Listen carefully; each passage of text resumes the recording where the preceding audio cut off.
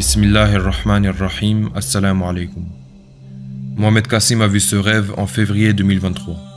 Dans ce rêve, je me vois dans une chambre avec deux autres personnes. Parmi l'un d'eux, quelqu'un dit que les rêves de Kassim sont véridiques et que tout est sur le point de se dérouler exactement comme dans les rêves de Kassim. Mais la deuxième personne s'oppose et dit que Kassim est un menteur. En réponse à cela, la première personne dit alors « Pourquoi ne demandes-tu pas au prophète Muhammad sallallahu alayhi wa sallam ?» La deuxième personne répond en disant que c'est totalement inutile au vu de son état. En parlant d'état, il faisait référence à mon apparence physique.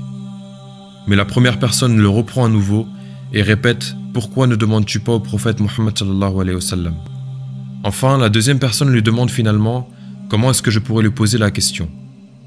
Et c'est alors que la première personne sort son téléphone pour appeler, et de l'autre côté, c'est le prophète Muhammad sallallahu alayhi wa sallam qui répond à l'appel. En voyant cela, l'homme qui ne croyait pas en mes rêves pose la question suivante. Qui est ce Mohamed Kassim? Et est-il un menteur? Alors le prophète Muhammad sallallahu alayhi wa sallam dit « Autre que cette personne, ai-je déjà annoncé la bonne nouvelle de l'arrivée d'un autre que lui proche de la fin du monde? Alors si ce n'est pas lui, qui peut-il être? Le message de Kassim n'est-il pas le même que le prophète Ibrahim alayhi salam a transmis en détruisant les statues, que celui que j'ai aussi transmis lors de la conquête de la Mecque en détruisant les statues? Ainsi, si le message de Kassim était différent de celui de Ibrahim alayhi salam et de moi-même, alors dans ce cas-là, tu aurais pu faire preuve de divergence. Par contre, après avoir vu tous les signes, si tu continues à démentir, c'est certainement toi qui seras désobéissant. Celui qui est l'allié de Kassim est aussi mon allié.